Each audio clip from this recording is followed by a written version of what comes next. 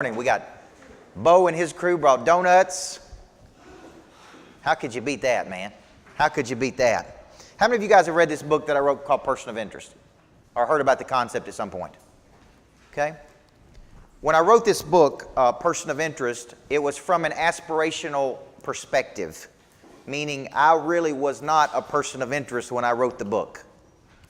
I wanted to become a person of interest. What I didn't realize when I wrote the book was that I didn't clearly have all of my beliefs in place yet. Because to become a person of interest, it's about having very strong and bold beliefs. And those strong and bold beliefs, as you begin to share them with the world, begin to attract people to you. Everybody follow me? Now, it could also, the bolder you get, could also repel people from you. And if you've ever studied any good marketing, your message is not strong enough if it doesn't attract the right people to you and repel the wrong people away from you. People do not respond to lukewarm messages. It's either real strong or it's real weak. It doesn't, okay? So when I wrote this book, I didn't have all of my beliefs in place. But I knew this, one day I wanted to become a person of interest. And the whole objective is, I didn't like chasing business. We're taught from an early age to chase business, call leads, try to convince people to sign up and take action with you. And one day, on a napkin in a Cracker Barrel, because you know as Tennesseans, we love a good Cracker Barrel, I wrote, I want to become a person of interest, which means I want to attract business to me. And I said, I want so much business coming into me that incoming demand is so strong that I have to have a whole team of people to handle all the demand that I create. I'm not chasing anybody. People are chasing me. Okay? That was the concept of person of interest. So fast forward a few years, I enter into a relationship with Tom Love. I meet Tom Love in Murfreesboro, and we began talking and forming a relationship, and he picked up a copy of this book and read it. And there's a statement in this book that says, I would rather have 200 stark, raving, crazy fanatics for what I'm doing than 200,000 Twitter followers that don't read anything I ever write. Let me boil that down. I would rather have 20 people sold on me that completely buy in or advocating for me than 200,000 people that are lukewarm toward me. How many people agree with that? So you can become a person of interest to 20 people. You can become a person of interest to 100 people. You can become a person of interest to thousands of people. So Tom Love took this concept and he began to create a structure. I call it a mental construct, a framework. He would go on to call that framework the explanation of services. And you're going to hear this concept and think it's only for how you pitch your services. But you would be very wrong to think of it this way. The E.O.S, what's called the explanation of service, is actually a tool. It is a mental construct that helps you decide what you believe, why you believe it, what you actually do for a living, who you want to do it for, what you have done for other people, and then it prompts action. Are you in or out? Right? Are you in or out? Dan Elam and I have had long conversations about this. I'm only looking for people that are looking for me. Does that make sense? Now, if I try to convince you to believe the same things I do and you don't, what's the problem with that? How long is it going to take before we have a problem with each other? Like, let me give you some of my core beliefs. And Bill Taylor, I'm sure I believe in coming in early and staying late. If you believe in coming in late, leaving early, you and I ain't going to get along with each other. Doesn't make me right and you wrong, but that's my belief. So why would I partner with somebody that says, well, can I come in at 9? Can I leave at 3? Can I take a 2-hour lunch? You see what I'm saying? This tool, this explanation of service, gives me a framework. When you guys hire employees, if they don't believe the same things you do, it's only a matter of time before they're going to.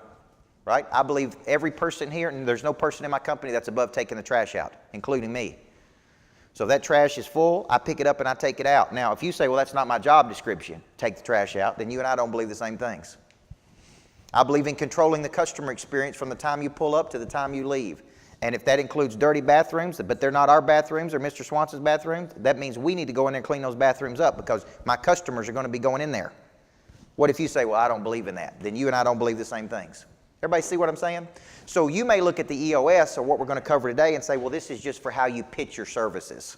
And I think it would be a very small view of the E.O.S. In my opinion, it is a clarifying tool that helps you to go out into the universe and share your message and attract people back into you.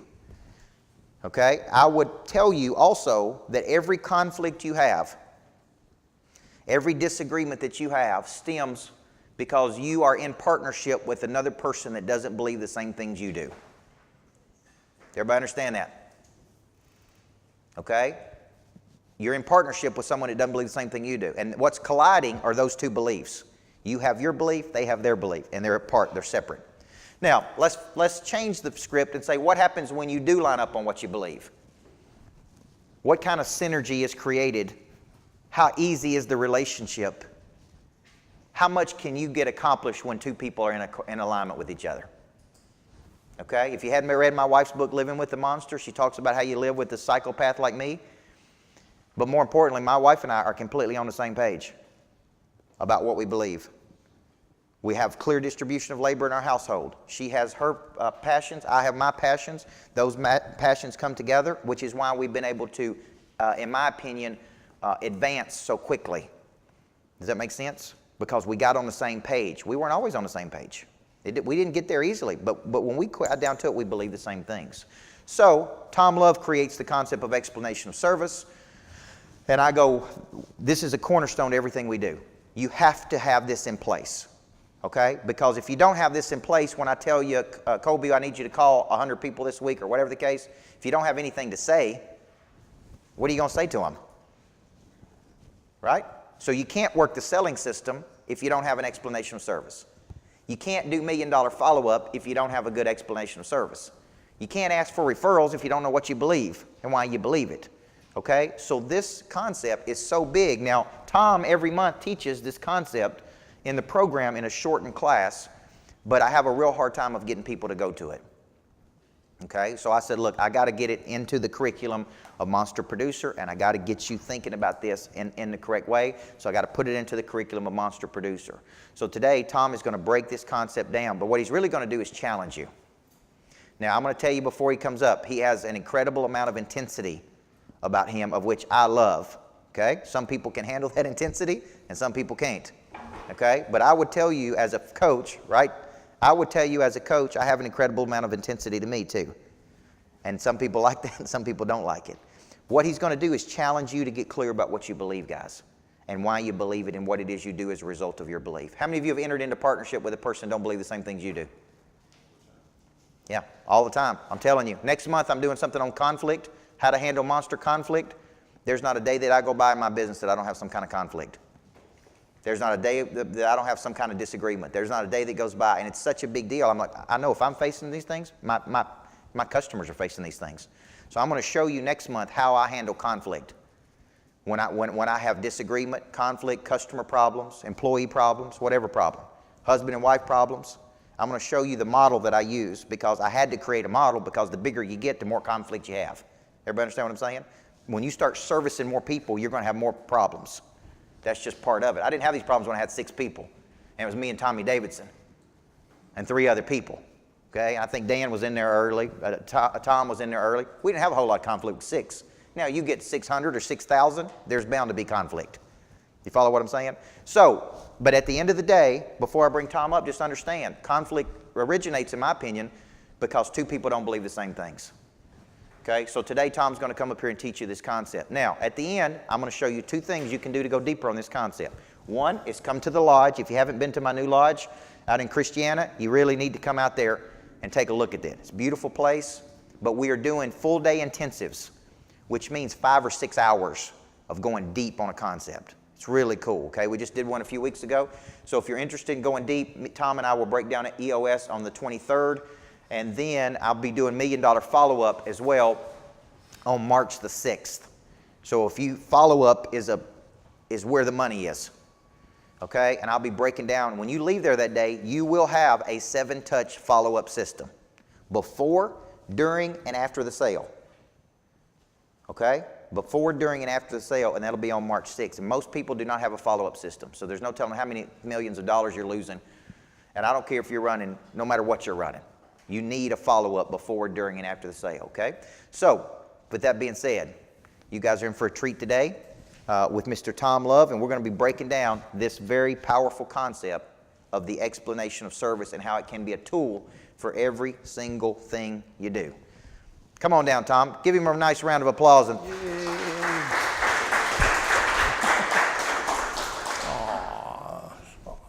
thank you. You don't even know what I'm going to talk about yet. Who's heard me before? Show of hands. Why are you back? Who has seen me in person? Who's been watching the video? Okay, here's what's neat about what I do. This is not going to be the same as the class we had at 7:30. Just like your explanation of services is never said twice the same, I'm not going to teach it the same. And the reason is that Coach has given me an hour and 30 minutes to share with you what has taken me 41 years to perfect. So we don't have enough time to go over all of this stuff. I'm going to try and keep this at 10,000 feet for the benefit of everybody in the room, but so that I get a feel for who is actually here. How many people are in real estate? Big hands, all the way up so I can say, okay, how many people are in mortgages? Banking, insurance, law. Okay, what is an example of something else we do?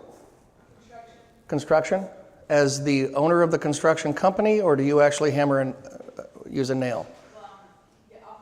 Operations side. What else? Retail. Okay. Security. Okay. Oh, that's right. Keep forgetting. By the way, Ryan is our greatest monster. 25K. No, not the monster. Hell no, that's just the lowlives. I get it. Okay, because my message is going to be uniform to really every career out there, but we're going to use examples that are particular to me and my industry. I want you to write down a website. It's called the Professionals Forum. Professionals is plural. Forum.com. That's going to be our landing page. We're going to have Coach Burt on there. We're going to have what we do in the Breakaway League. We're also going to have the E.O.S. I'm teaming up with Brad Lee, and we're going to be able to do virtual training on explanation of services where you'll be able to just click on a button and hear me speak about everything we're going to talk about today in very deep level. And it's at your own pace. So you'll have the resource to keep going back and click, and there will be some homework, and there's going to be some stuff you should be writing down. Because here's what I have found. When I look back at 2013, it was the year that I was introduced to Coach, it was the year that I was introduced to Simon Sinek, and it was the year that I read a book. Which in and of itself is a huge milestone because I don't even like reading. But this book called The Challenger Sale really put into perspective what your consumer is looking for today. Now, you have a specific way of selling. I'm telling you the way that people are buying is not the way that you're selling. As a matter of fact, I did not realize this, but when I would go out, I would challenge people. I would sit down with somebody that I'd never met. I'm going to challenge what you do. I'm going to challenge what you've thought. I'm going to challenge what you're doing with your own money. And then I'm going to prove to you that what you're doing is the exact opposite of what you thought. Now, I didn't know what I was doing at that time. I just wanted to sound unique. I'm in a commoditized industry.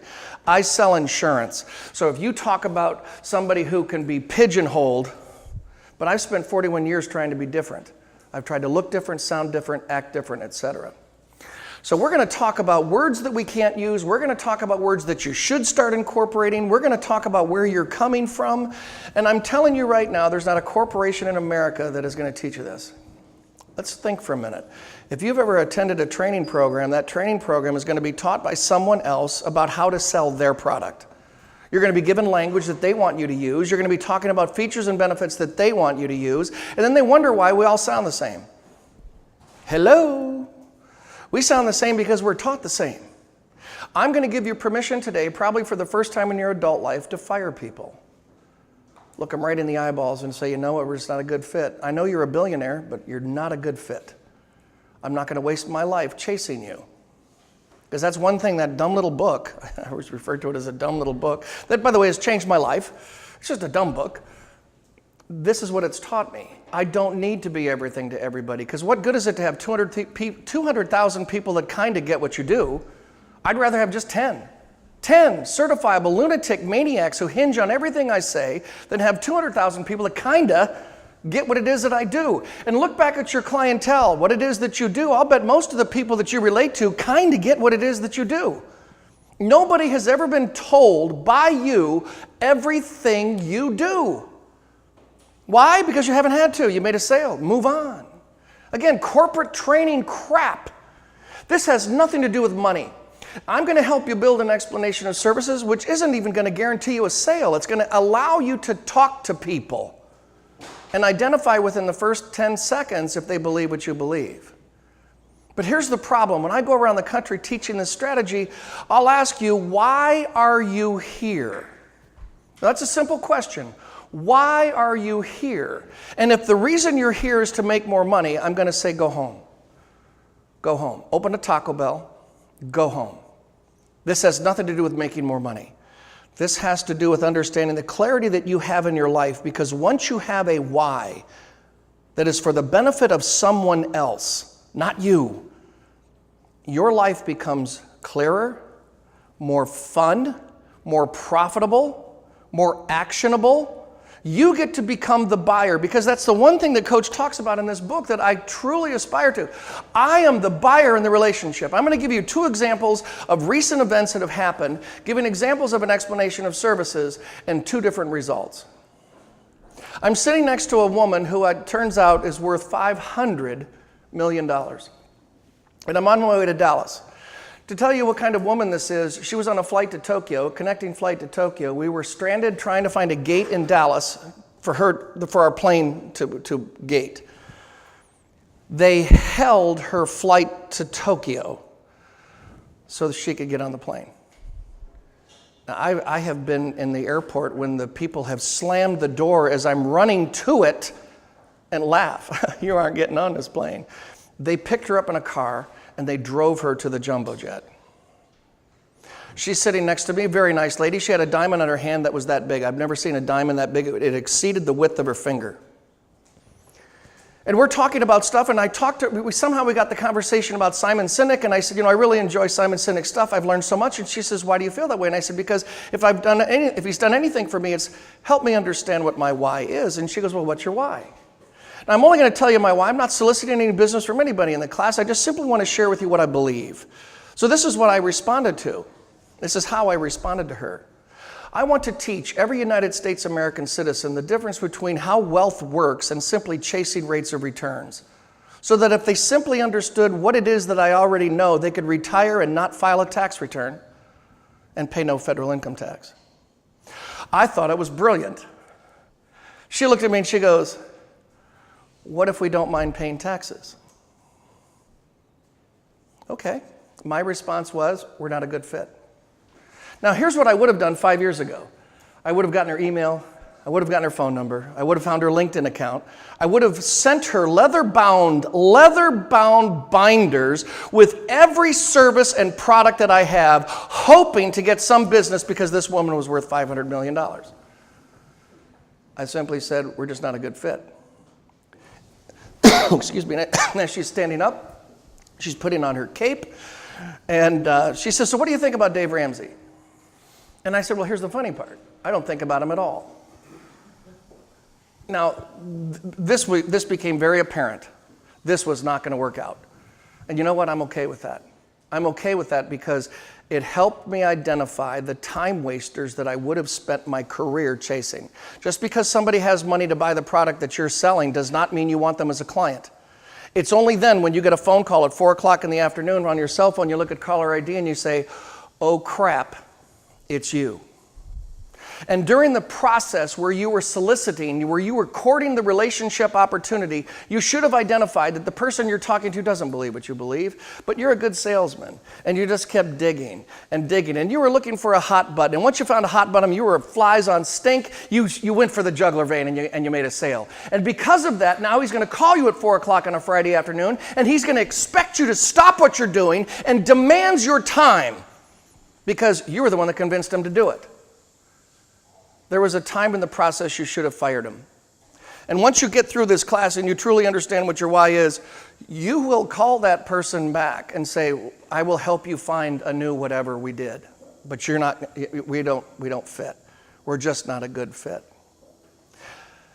The explanation of services will do two things. It will help you identify the 15.8% of the population that will buy from you no matter what you're selling. And more important to me anyway, it'll identify the 85.3% of the people that don't want to do business with you that would have been a waste of your time.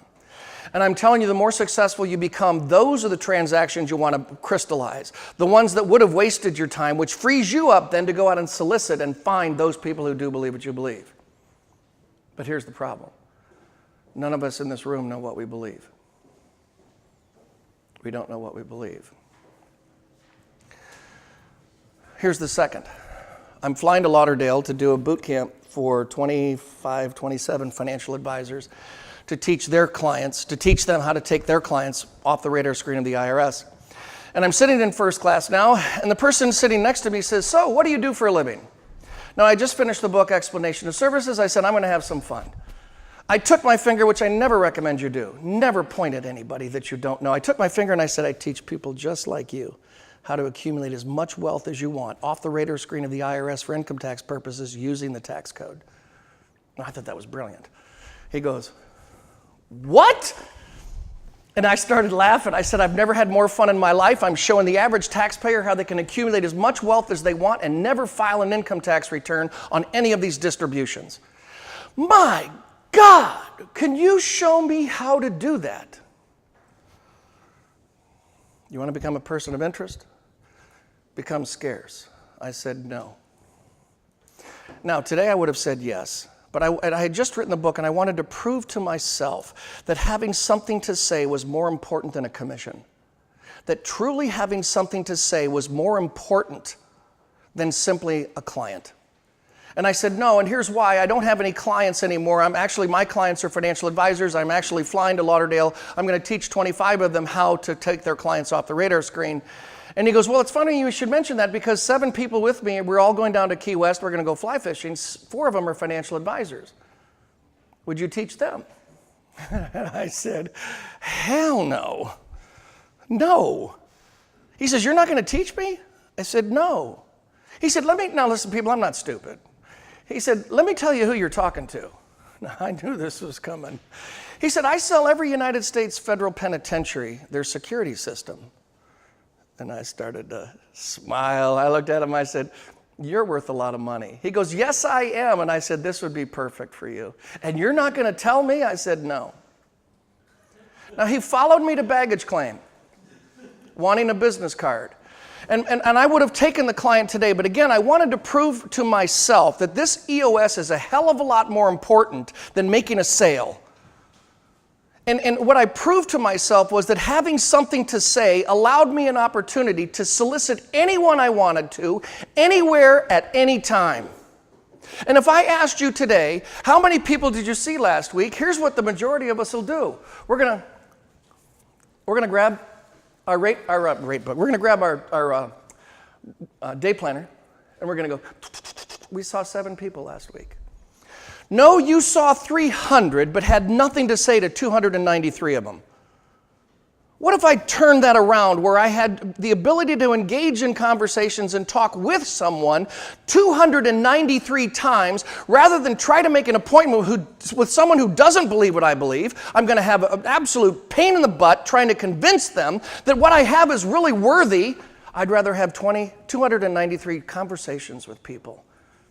If I could show you 6 parts of the tax code that use the word exempt, meaning you don't have to file a tax return, is that a conversation we should have?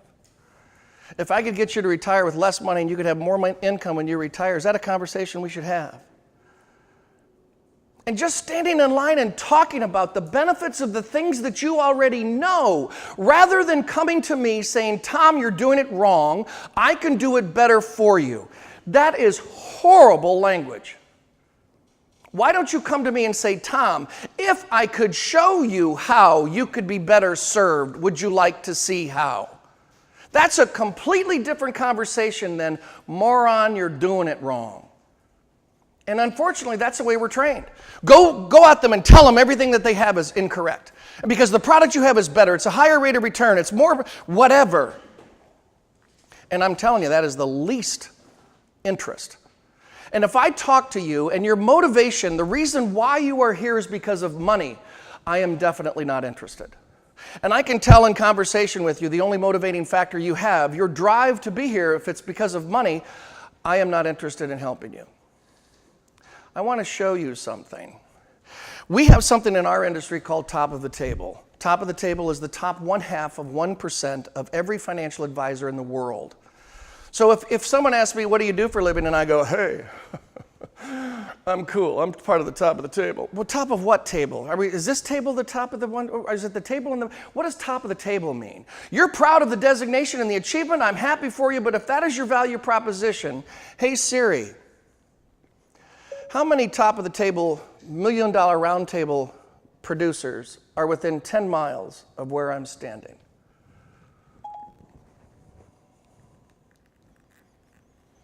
My web search turned something up for how many top of the table $1 million round table producers are within 10 miles of where I'm standing.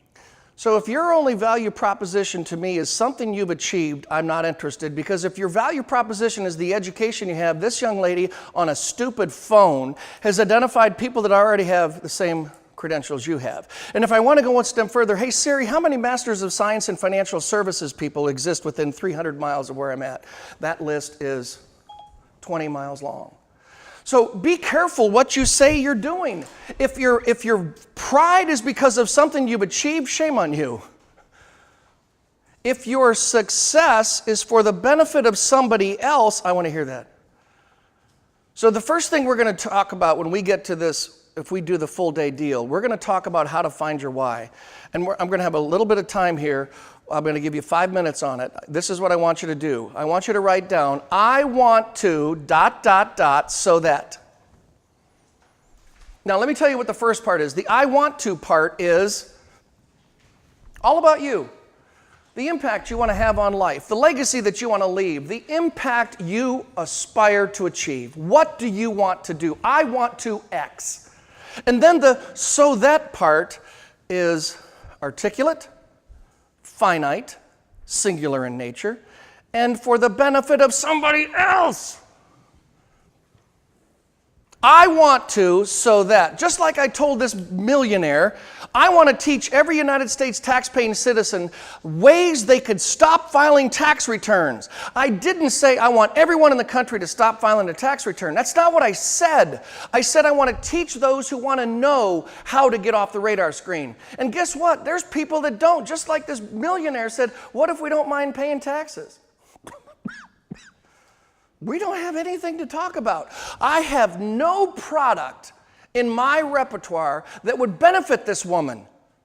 I found out in a conversation that lasted less than 30 seconds, I should find someone else to talk to. Now, what would I have done before? I would have found out where she lived and put a tent in her driveway. Wait until she comes out to work every day and throw her a business card. Let me talk to you. I'm good. I really appreciate who she is and what she's done. She's got 1,100 employees. She turned $187 into a $100 million company. I'm happy for her. But we just don't see eye to eye. And that's okay, people. Because once you realize what an E.O.S does, you will start looking at rejection with a smile. How many times have we had a rejection where we don't actually make a sale, we go back to the office and we beat ourselves up? I didn't dig deep enough. I should have done this. Or what if I would have said this? Or what if they responded this way? What if? Who cares? The E.O.S is designed in 10 seconds to find out if they believe what you believe. And if they don't believe what you believe, then you need to do just what Babe Ruth did as he struck out and he's running back to the dugout with the biggest smile on his face. And when he's asked by the photographers, why are you so happy here, big guy? You struck out. I'm that much closer to my next home run. This is how we have to start thinking. Every no is a gift from God of time that you have saved. And you should welcome these. You should relish these. You should look forward to these because in statistics, 85% of the people you're going to talk to are not going to want to do what you do. They will not engage with you. 15 to 16% will. Get the ones who will waste your time out of your way and go after the ones that do. I want to, so that. If you do come to this class, you will need a why. And I'm telling you, if you have a why, your explanation of services is very easy to build. It's when you don't have a why, you try to incorporate mine, you want to sound like me, and it won't work. I have 50 people in my group. We're all developing an explanation of services. Some of them got it quickly. Some of them have been years, and they're still not. And it's not because they don't understand the parts of an E.O.S., they don't have a why. So here's what I want you to think about. See this hourglass up here? This constricted part is actually referred to as a vortice. It's an hourglass where all of the grains of salt must be run through that narrow neck. Here's what I want you to think about. You're going to hear other people talk, and you're going to say, boy, that sounds good, and you're going to get nuggets and sales ideas and power phrases, and then you're going to try and run it through your funnel, which you don't have, and your conversations on the bottom of this hourglass are going to be horrible. Horrible.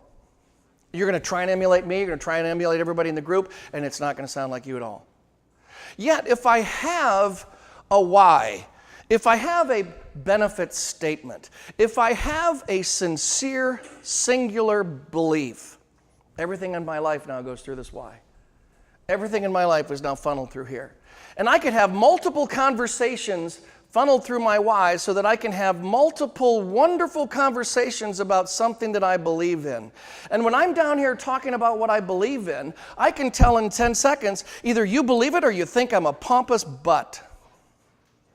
Either way, I've won. Because if you think I'm a pompous butt, that's okay.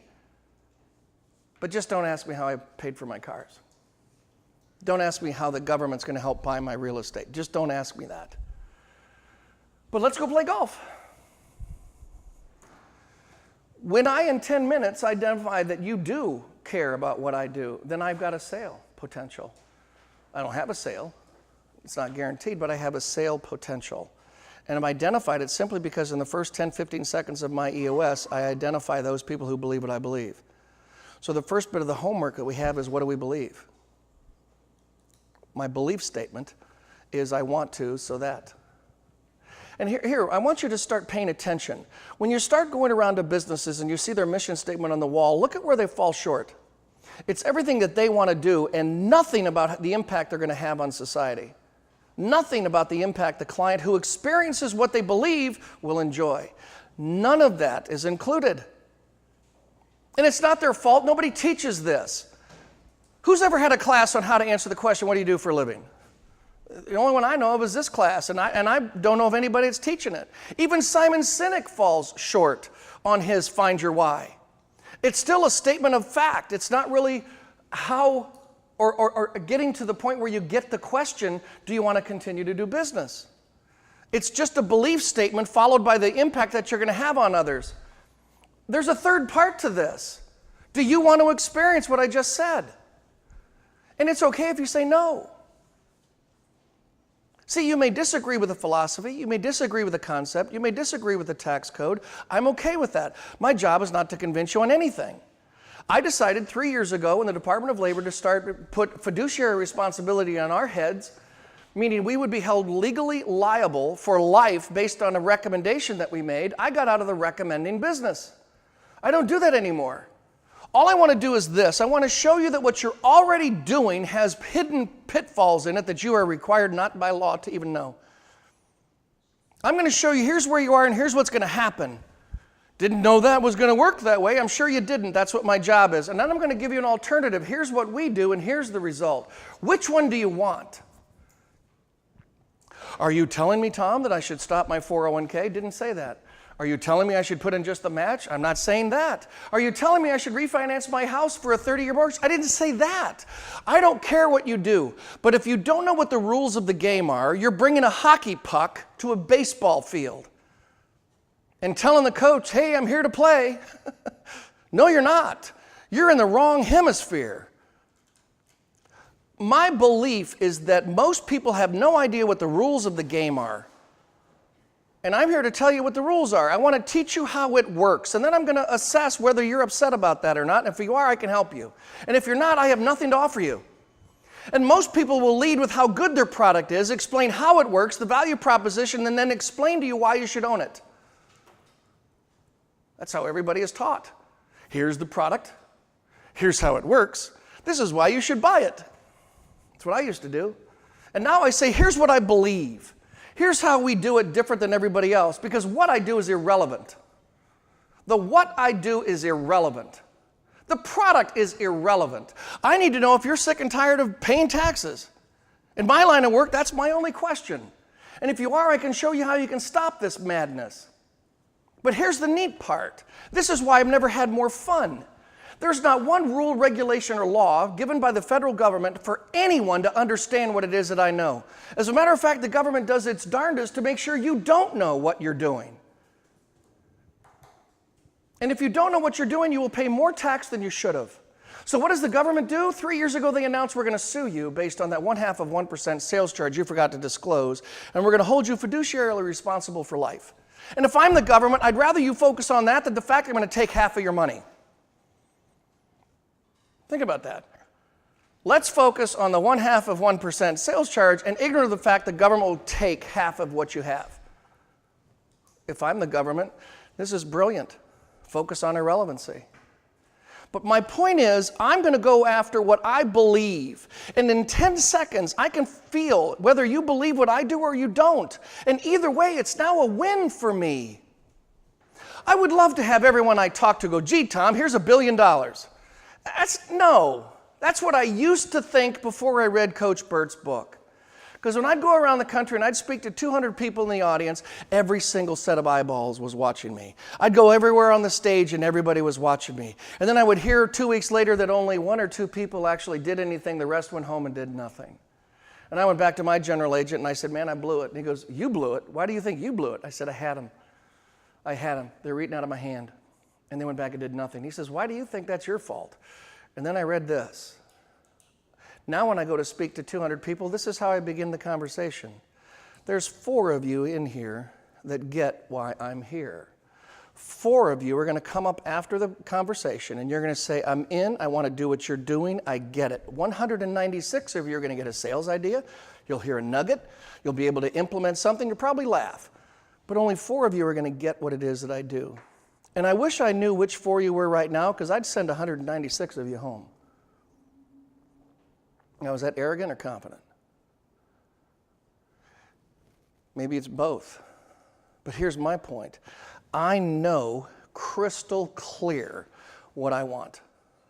I know how to get it, and I know how to, and I've already painted the picture of what your life is going to be like if you choose to do this. If you choose not to do this, I'm okay with that.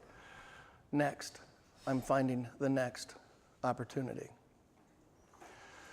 So if you do come to this class, you do need to have a why. Let's go ahead and get into the 3 parts of an explanation of services. But before we begin, I want you to open your little workbook tablet here, and I want you to turn to line 37.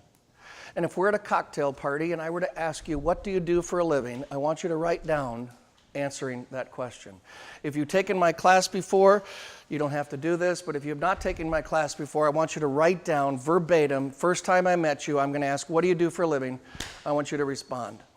And if you take longer than a minute, you're boring me. I've already lost you. So just quickly, what do you do for a living?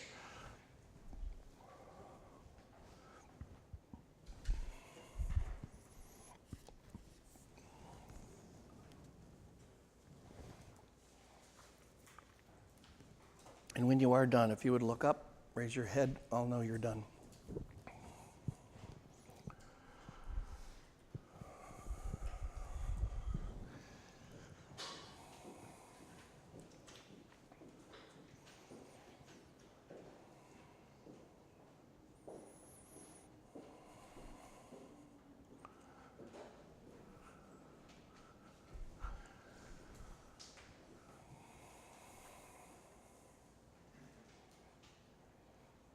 Okay. I want you to look at line 37, and I want you to say goodbye to these words, because everything you wrote down sucks. I want you to say goodbye, and in a little bit you're going to know why you have said goodbye to these words, because the question was designed to fail you. You answered what? And according to Simon Sinek, people don't care what you do. They want to know why you do what you do, because what you do just proves what you believe. Notice I didn't ask, what do you believe? Notice I didn't even ask, what's your why? Notice I didn't ask, why do you do what you do? I asked, what do you do? Here's why people ask that question. I want to form an opinion in 1/10 of 1 second, whether I want to even continue talking to you. So here's what we'll do. We'll throw out, I sell real estate. Ain't done, I'm not interested. I sell life insurance. Ain't done, I'm not interested. I'm a mortgage broker. Don't have any need for a mortgage. Ain't done, not interested. See, you have one opportunity for a first impression. You blew it. And according to Coach, you need 26 positive touches to reverse a negative first impression, and I will argue the person is not going to want to hang around you for 26 opportunities to be touched positively. He's already formed an opinion and he's moved on. And now something you need to also understand when somebody asks you, what do you do for a living? They really don't care. It's to fill a void. It's to be courteous. It's just you're standing in line, and what do you do? Just for conversation, what do you do?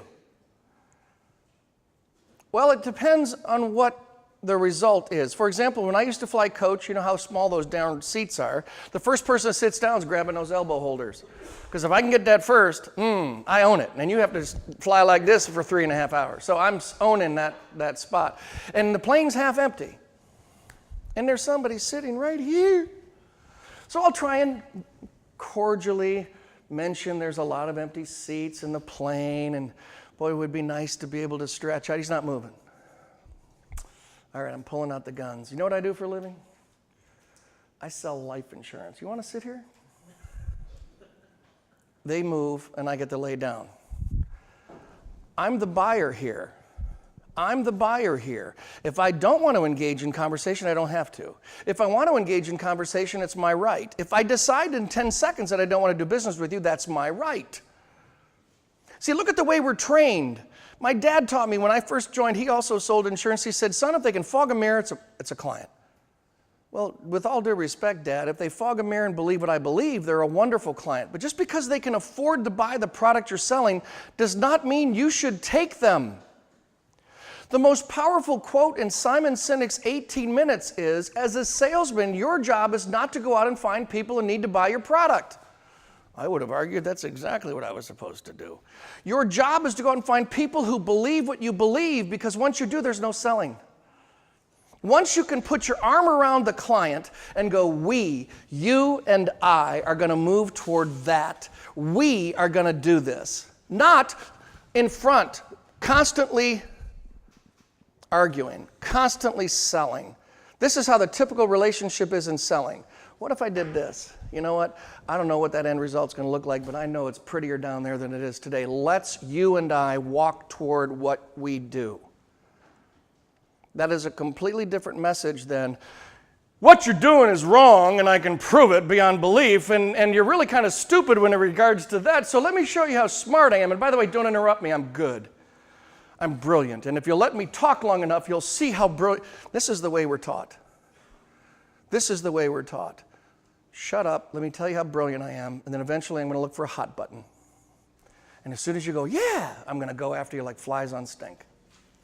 Wrong, because that's the guy who's going to call you on a Friday afternoon and ask you to go back to the office, print some reports for him, because after all, you got him as a client. You were the one that he should have told him he should have done this, and now he owns you.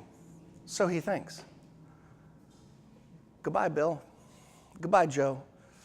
We're not a good fit. We're not a good fit. So the first thing we do in an explanation of services, it's 3 parts. The first part of an explanation of services is a statement of fact.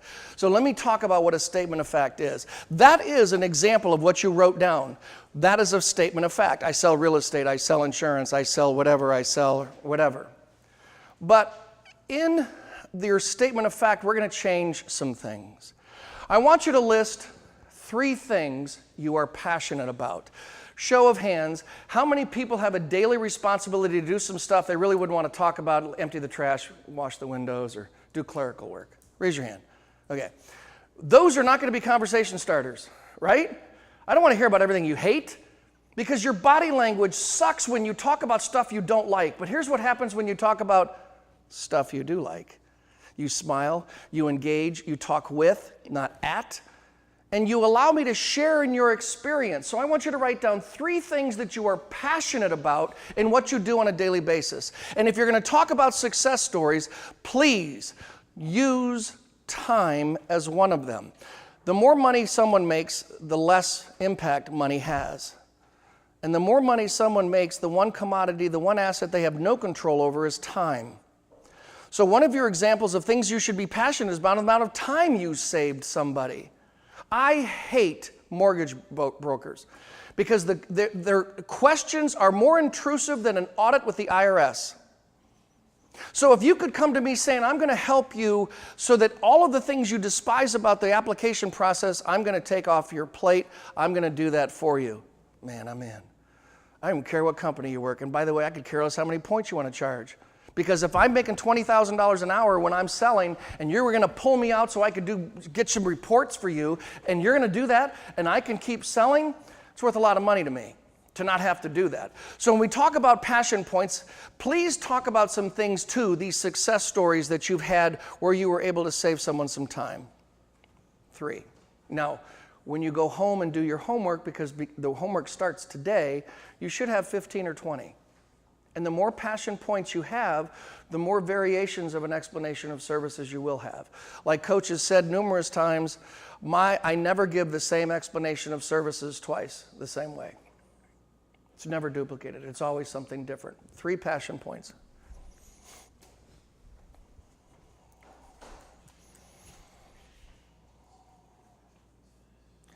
Your handwriting sucks.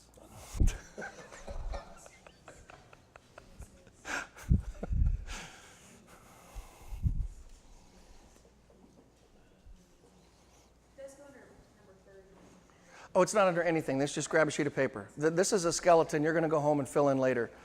We don't have time to even go through this in an hour and a half. So on a separate sheet of paper, or if there's a place in there to do that, just 3 passion points.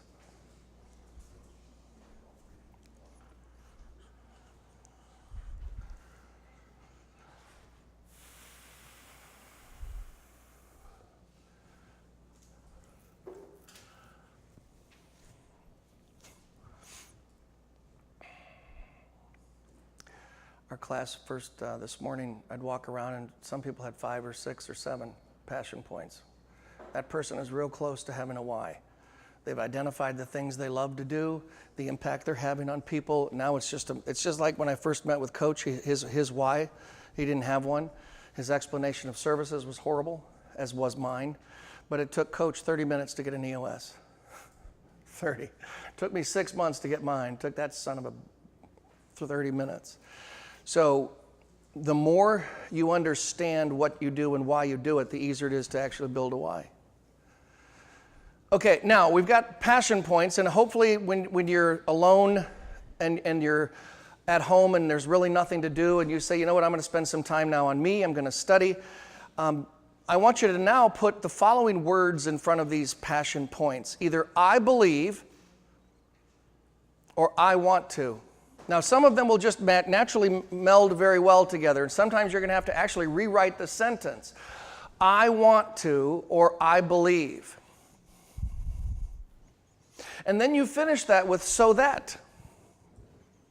Again, articulate, singular in nature, and for the benefit of somebody else. If your only reason in life is to make money, please do not begin with that. And if that is your motivating factor, do what you can to keep it to yourself. Because I can tell in 10 minutes your motivating factor, if you really care about me or if you just want a commission. And if you want a commission, I'm not interested. But if you can show me the benefit that you're having for other people, I'm really interested. I can buy into your cause. So sometimes it's easy as I want to or I believe, so that. Now here's the second part of a E.O.S. An example of what you've done. Now think about it. We've got passion points of things that we want to focus on, but now I want to talk about the so that part. I want examples of what you've done. And here's some caution. If I look like someone that would not benefit from what you're about to say, don't use that example. If you're going to talk to me about jargon within your industry and I'm just a happy-go-lucky guy, you have a good chance of losing me on this part. You need to relate the example to me. So here's where you try and assume, and I know what happens when you assume, you get an ass out of you and me, but when I'm assuming then, I'm about to say something that's going to be of interest to you. Now, here's the beauty of this whole process. You must memorize. Now, I know last time I memorized something was second grade. It was 1962, and John Glenn had just circumvented the world, and I was going to give a speech, and I had to memorize every word. Scared to death. But here I'm telling you, you're going to memorize it, and here's why. When you are in a position, in a social setting, and somebody asks you what you do, if I had a camera, I could prove this to you. Here's what you're going to do. When somebody says, what do you do for a living? You're going to go, you know what this is? This is so disrespectful. You have stopped the communication because what you're trying to do is figure out what to say.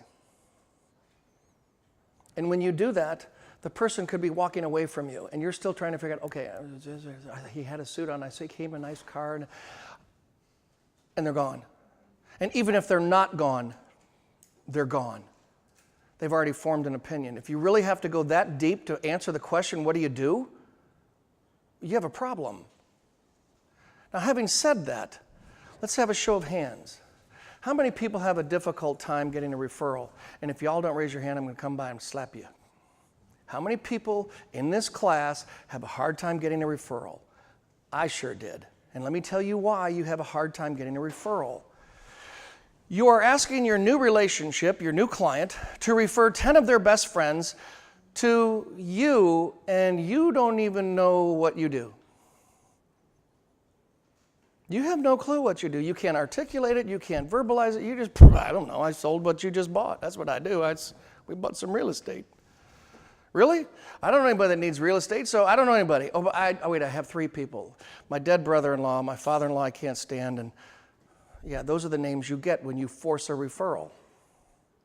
So let me show you how you can get a referral. Show of hands, who in the room has an advocate in their clientele? Let me describe what an advocate is. Someone who will speak on your behalf 24 hours a day, 7 days a week, unsolicited by you. Who has an advocate in their clientele? And I'll tell you what, we're privileged to have those, but here's the $1 million, $1 trillion, quadrillion-dollar question. How did you get them? Don't have a clue. I don't know. I was just fortunate to get them. I wore the blue suit that day with the tan shoes. No, that wasn't it. I drove the Bentley today. That wasn't it. Why did you have? How did you get? Where did the advocate come from? Let me define what the advocate is. Your advocate is standing next to you. Someone comes up and says, Tom, what do you do for a living? And they start chiming in everything you do. And not only do they chime in on everything you do, they start talking about things you can't do. And you have to remind them, Bill, listen, I really appreciate the kind words, but I don't do all of that. And their response is, yeah, but if you could, you would. So let me tell you why you have an advocate.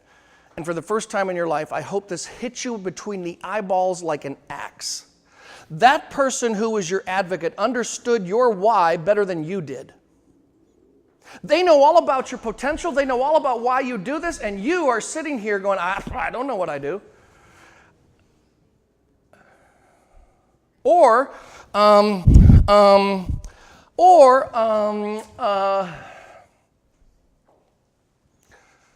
So when I'm flying first class to Lauderdale and the guy says, what do you do for a living? I took my finger, which I never recommend you do. I pointed right at him. I said, I teach people just like you how to accumulate as much wealth as you want and never file an income tax return in retirement if you simply understood what the code said. I did not hesitate. I knew exactly what I was going to say, and I watched his reaction. See, I'm not focusing on what's supposed to come out of my mouth and ignoring the reaction. I know exactly what's coming out of my mouth, and I'm going to focus on the way it's being received. And if it's being received well, I have permission to further engage. If they're not interested, I'm going to change the subject. Did you see the size of the rat that just ran down the aisle? My God, that son of a gun was huge. And I'm going to change the subject. You have to memorize. So when you're going through this process, and this is why I tell everybody who's in my group, this thing has been known to make you stupid. The smartphone makes you stupid. Not stupid, but not nearly as intelligent as you think. And here's what we're told by technology. This is going to replace your thought process. God, if it does, we're just going to be a bunch of veggies. Hey, man, what's happening? We'll let this do all of our work for us. Hey, Siri, find me a list of rich, stupid people within 5 minutes of me. Don't do that, Siri.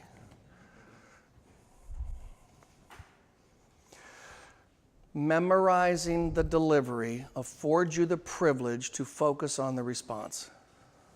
And I'm going to tell you, the more examples you tell your brain, the more you feed it on what it is that you do, you will be absolutely amazed at how your brain is going to come back and save you when it needs to. It's when you don't practice, it's when you don't put thought into this that you go out and you try and wing it, and I can tell. The favorite quote in my group is, you're about to get a pay raise, it becomes effective the day you are. Yeah, think about that for a minute. Isn't that great? So if you become effective, if you'll take this home and actually practice it, I can tell next week, next month, if you're doing anything. Because here's the weird part. I cannot pay you to do this. There is no monetary value that you could put on understanding this. But I will tell you, my income is quadrupled. Is that good? Yeah, that's good. You want your income to go up? Then damn it, start taking some time on you. Because that's what happened to me in 2013 when I met Coach. I met Simon Sinek, and I read a book, The Challenger Sale. All three things put together a perfect storm for me on what my real role is in life. The government didn't get easier. Products didn't get better. It wasn't easier to do what I did. I got better. Nobody paid me to get better. Actually, the income in 2013 was less than 2012. But yet I look at 2013 as the best year of my career because it was that year that I got clarity. Now I know exactly what I want to do. I know exactly how to do it. I know how the picture will look like once it's fully painted. I know what I'm doing. And I have a way now of presenting it in such a manner that in 10 minutes maximum, I'm going to know if we have an opportunity to do business together.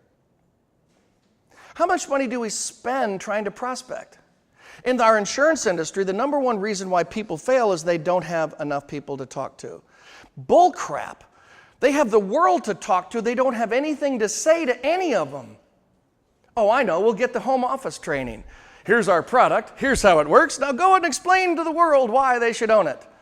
And you wonder why we look alike, sound alike, smell alike. I mean, it's just, we're nothing but the clones of one another. You want to be different? Be different. You want to be unique? Be unique. Don't look like the person next to you doing exactly the same thing. Now, here's the third thing you must do in an explanation of services. You then ask the question, if I could do the same thing for you, when would you like to get started? The difference between an elevator pitch and an explanation of services is as follows. Two people enter an elevator on the ground floor. Both of you turn around and push floor 5. The doors close. The person looks at you and says, what do you do for a living? You have approximately 19 seconds. That's it. 19 seconds. The doors are going to open. The only objective is to make sure he doesn't run out of that little box. Hopefully they will turn around as they walk out and say, can I have your card? So that it quickly is walked over to a trash can and dumped. There is no action in an elevator pitch. You're simply trying to create interest. Yet in an explanation of services, I'm going to hold you accountable to a decision. Yes or no? So I'm going to give you an example of my explanation of services. I have never had more fun in my life teaching people today the truth about how wealth works. People don't understand how taxes, fees, or interest actually works. And when we go through how wealth works, we identify tens of thousands of dollars a year that people are unknowingly and unnecessarily giving away. On average, last year, our firm found between $40,000 and $80,000 per household in wealth that every year was slipping through your hands because you didn't understand how wealth works. And if I sat down with you in 10 minutes, identified just 10 grand in money that you had no idea you were losing, would you want it back? Now, who would say no to that? And if they did, what would I do? Bye-bye. I'm okay, because I cannot fix stupid. But if you're serious about wanting to change, I can help that. So today when I meet someone who's worth $1 billion, worth $1 billion, I'll look at that person and yes, you can say this is cocky, but I'm telling you, I just want to go for the juggler. Is there an opportunity here or not? You know what? You're good. You're not great, but you're good. You're real good. And the only difference between where you are and where I know you could be is having someone like me helping you, and I'm not helping you. So my only question to you is this: do you want to be great? And what do you think the average answer would be with someone who's worth 300 times more than me? Nope. I'm not interested. I like being good. That's okay, but what if I found someone who says, yeah, if you can make me great, I'm interested? How long did that take to talk to a billionaire about something that I value very important, but I am not going to push him, prove to him, or solicit him? I'm going to ask him a question. If I could make you great, would you want to be great? Sure. Boy, do we have a lot to talk about. If I could make you great and you don't want to be great, I need to go find someone else. Thank you, it was a pleasure meeting you. Goodbye. And walks away. Do you see the difference here? I want to, in a very short period of time, see if I have an opportunity to do any business at all. There are 330 million people in the United States of America, of which 15.6% of the population would buy from you what you're selling whenever you're selling it. What is 16% of 330 million? Don't do the math. It's a lot. More than you'll ever see in a lifetime. And yet we're sitting here bitching about the people who said no to us. And I'm going, my God, thank you. It's a gift from God that you said no, because I would have, should have wasted my life chasing you. I don't want to do that anymore. I don't solicit. I don't prove. Somebody says, Tom, we'll put a spreadsheet together. Nope, not going to do it. There's 13,000 books at Amazon written about my subject. Go read 12,950. Come to your own conclusion and call me back. I'm not interested in proving anything to you. It's taken me 40 years to get where I am today. I understand it. I'm a stockbroker. I'm licensed to sell everything to anybody. And I have chosen to really focus on an area in financial services that nobody is even aware of. By design, I feel. What do you do that is unique to the same person sitting at your table that does the same thing? What value proposition could you give me in a one-on-one conversation that would set you apart from the person sitting next to you? And if you can't identify that, quantify that, and regurgitate that quickly, owning it, then you have a problem. Because you are doing this when asked, what do you do for a living? Okay? All right, any questions? Would you agree I've called your baby ugly? Okay, so let me just kind of go around the room and get a litmus test. If you could for me, just kind of, and some of you have been in this class before, and everybody says every time I hear you, Tom, I pick up another nugget, which is why I listen to Simon Sinek almost monthly. His speech is 10 years old now, 11 years old now, but I'm always picking up something. What one thing today did you get that you hadn't heard before? So if you walked out here and said, Tom's meeting was absolutely dynamic, this is the one thing I'm going to do. Want to share that with us? Me? Anybody? Yes, sir. Yeah, I believe, and I want you as a preface for your statement. Beautiful. Beautiful. Yes, ma'am. I think it's about the passion. I think a lot of times when we're starting to get into a business, we forget about why we got into it and what our service part really needs to be. So the passion part is the big one. The biggest compliment I get is somebody in the life insurance business who, gosh, I remember the day I got my license. I was so thrilled. I drove back from Lansing, Michigan, showed my dad, I've got this little piece of paper that says now I can change the world, and we lose sight as to why we did that. So the best compliment I get is after a guy's been in the group or a lady's been in the group for 6 months, they come up to me and say, you have now reinvigorated my whole career, and you've got me excited about why I'm doing this. That's a heck of an assumption. Good job. Good job. Anybody else? Yes, sir. I don't know if it's an action item, but you said that our advocates understand our why better than we do. That's so true. Now looking back on what I've heard from clients, I didn't get it, their side of it kind of developed. And I'm going to finish today with helping you do that specifically. It's called a referral setting. And we could spend weeks on that. I'm going to hit it at 10,000 feet, but your best sale is already in your pocket. Your best sale is a client you already have. What? Anything else? What about you? Very simple. I need a why. I gotta find my why. Okay. So go to Amazon.com, buy the book. It's $10. It'll be delivered tomorrow. It's written in a workbook format. The print is toward the center of the page, and you got wide margins. I encourage you to do that. If you're in management, there's two forms of the book. There's the corporate why, and then there's the individual nest why, as he calls it, Simon calls it. So if you imagine a tree trunk, that's the corporate why. So if you're in management, you need to have one. And then the nests, these branches that have a nest on them, there's an individual why. If the individual why is not congruent with the corporate why, you'll have an employee that will leave you in 5 minutes. If you recruit to a paycheck, they will leave for money. If you recruit to a why, they will stay for life. I'm setting out to prove that. I'm starting an agency in Nashville, and I'm only going to recruit 1 or 2 people who are hell-bent on listening to, what is it? I'd rather have just 2 lunatic maniacs who are hinge on everything I say than have 50, 60 people in an agency. I just want 2. I just want 2. What about else?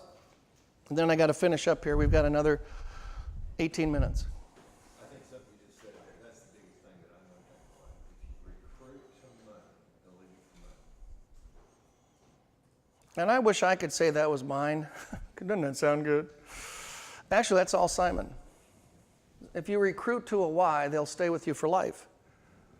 If you recruit to a what, they're going to chase the what. This is why, to me, the what is so irrelevant. So irrelevant. Everything is a why. Everything goes through this funnel. And Coach, you would agree that this is probably the most important part of our lives right now. And we don't deviate from that. When someone tries to distract us, what do? We go right back to that vortice. Tommy, by the way, watch, people. This is Tommy doesn't know I'm going to do this. Tommy, I love you. I love you too. This isn't sensual. It's not sexual. I love that man. The way that he exposes what he does, the way that he does it, is if you're not admired by what he does on a daily basis, shame on you. There's no one that'll expose like the way Tommy does. Everything he does, I'm in admiration of. And I could truly look at him and say, Tommy, I love you. I don't even know if we'll ever do business together. And you know what, people? It's irrelevant. Now, you were going to raise your hand. Sorry to embarrass you the crap out of you, but...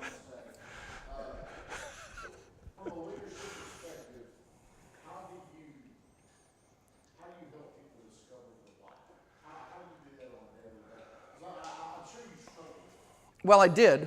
I don't anymore. Tommy, the first thing I would recommend you do is nail yours. As the manager, you need to nail yours. And you, but listen, by default, just like Coach, you're attracting people because you have a why and a hidden why. You haven't been able to articulate it yet. He didn't either. I've been working on it because of how many conversations we've had where I understand it deeper. And I want to build a platform so influential that I can solve any problem you have. Is that getting better? No. The first part I love, but the benefit, let's get more personal on the so that. Just hit me between the eyeballs so I can emotionally walk away going, man, you really care about me. That really benefited your what? Don't do that. You've got to state what you want for the benefit of somebody else. And you can't say, I want to be everything to everybody so that everybody sings Kumbaya.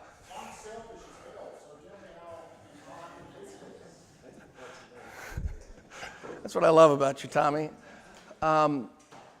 There's nothing wrong with being selfish, but you don't lead with the selfish, ever, have you? You never do that. You have never started, when you're soliciting, you start your podcast with, I'm selfish, and I want to try and fix it. But you never go out soliciting, hey, I'm Tommy, I'm selfish, I want to make money from you. That's not a message you've ever said. That's the result of what you do. It's not the conversation you're going to have with somebody. So your so that could be, I don't know of a firm in Tennessee that has more fun playing basketball at 12 o'clock in the afternoon. Who the hell does that? So your so that should include the word fun. Because that is you. Excitement, fun, results, passion. There's a whole bunch of words you could use. There's no such thing. I can't do that for you. Because my one passion is my one word isn't yours. But Tommy, you're working toward it. Listen, you think you're going to walk out of here and go, I got it. No. 40 years it took. No. But to me, it's the journey to get there is the fun. It's not the end result. What is the definition of success? I hope it's not making $1 million. Because when you make $1 million, then you're going to go, now what? So where is our passion? Tommy, if we spend some time together, I could probably help you find it, but it would be your passion. It wouldn't be mine. So I cannot answer the question. Yeah, here.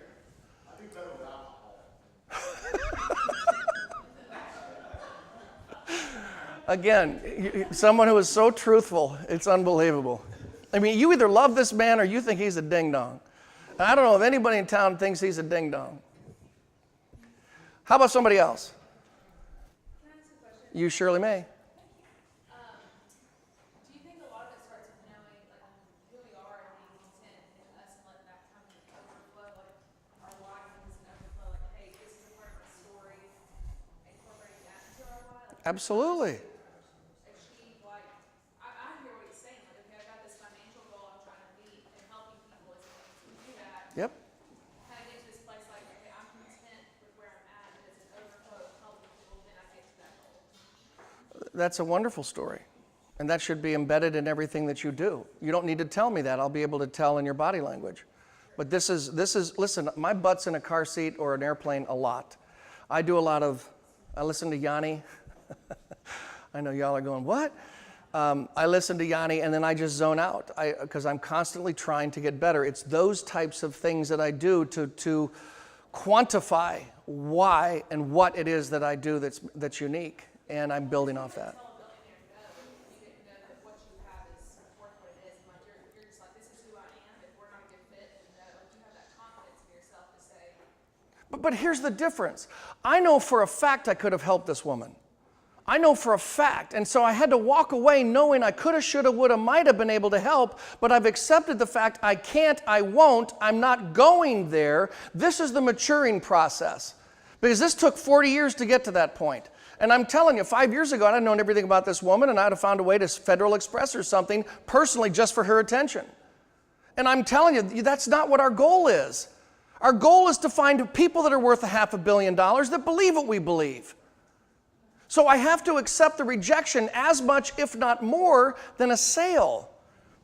And I'm telling you, that's so difficult to accept because everybody does things and they take it personally. I'm past that. I have recognized I'm not going to be everything to everybody. The way I speak is not the way everybody wants to be told. What my message is not really everything to everybody, and I'm okay with all of that because I know who I am now. So you're asking, should we do introspection to identify who we are first? Absolutely, because how can you go out talking about what you want when you don't even know who you are?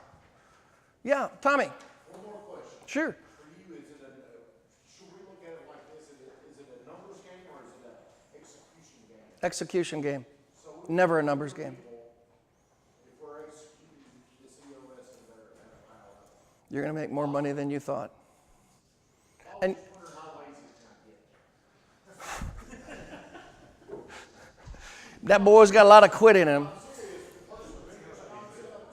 I can prospect less, and over time, when did we come up with that concept? Person of interest, the one you came up with?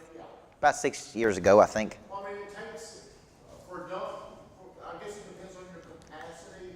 Like you said, Burt can put together an E.O.S. in 30 minutes. It's taken me 6 years to see where people are starting to reach out to me, but for things I've done 6 years ago.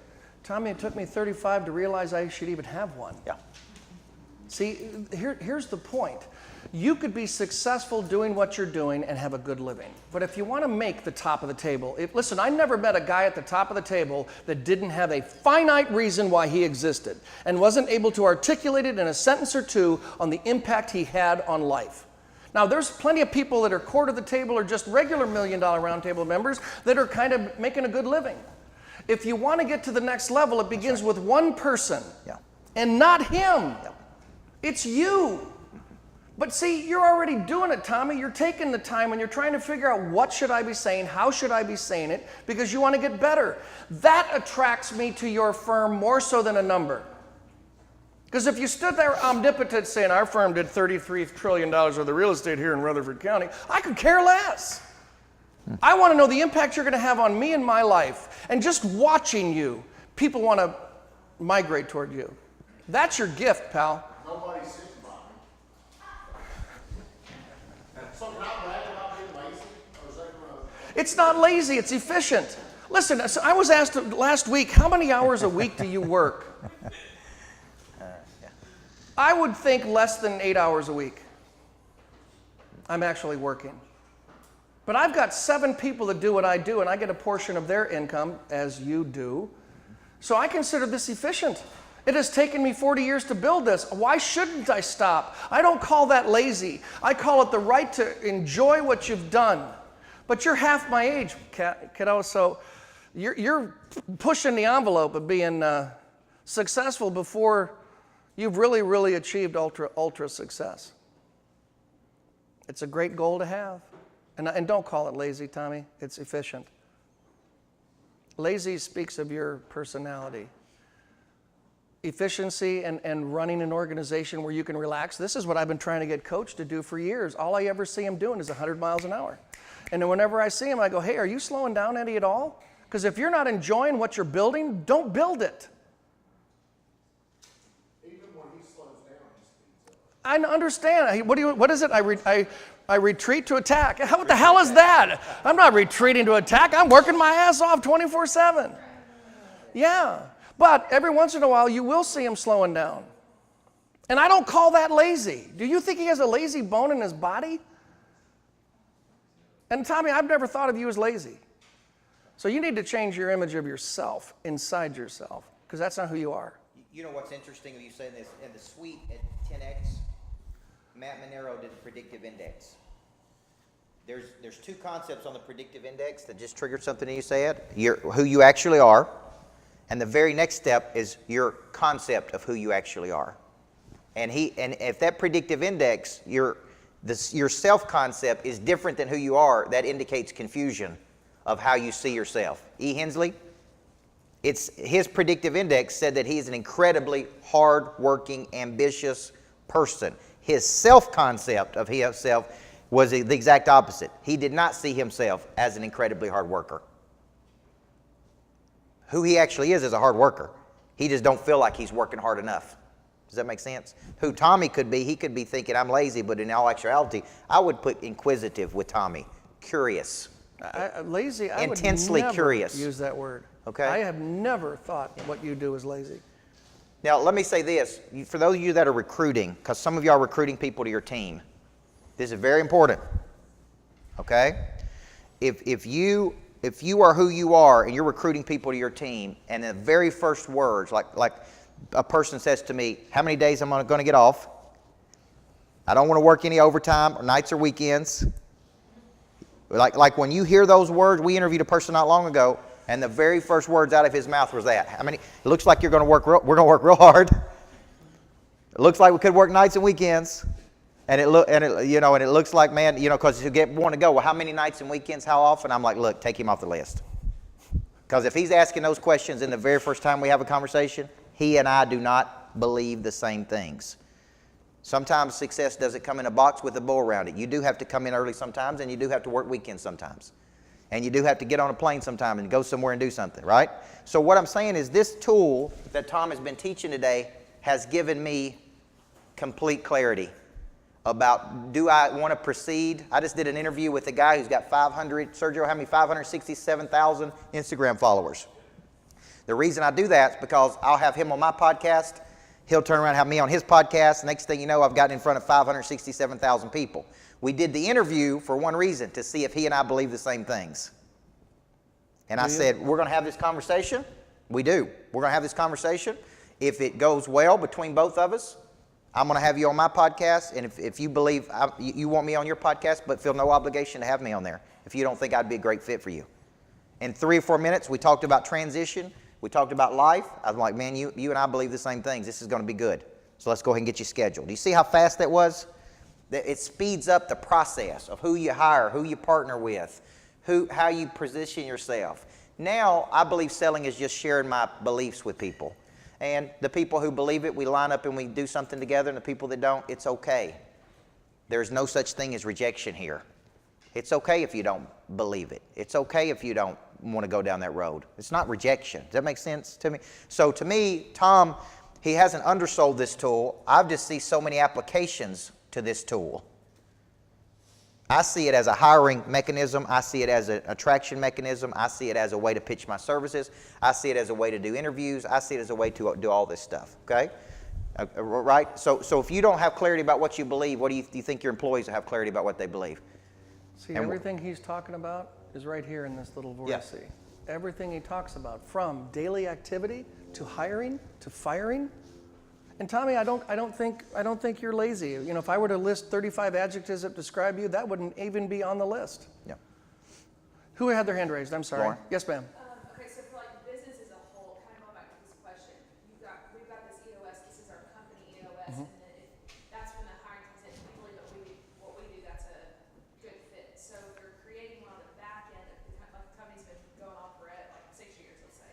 Now we apply this E.O.S. That's maybe some conflict, like you were talking about for next month. Well, I'm gonna correct some language. I hope you don't have a company E.O.S. I hope you have a company Y, not an E.O.S.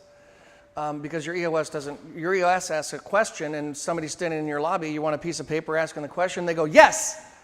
And there's nobody around to listen to it. So you want your statement, you want your why statement as a corporate why. So with the book Find Your Why talks about the tree trunk, that's your company, you should have a corporate why.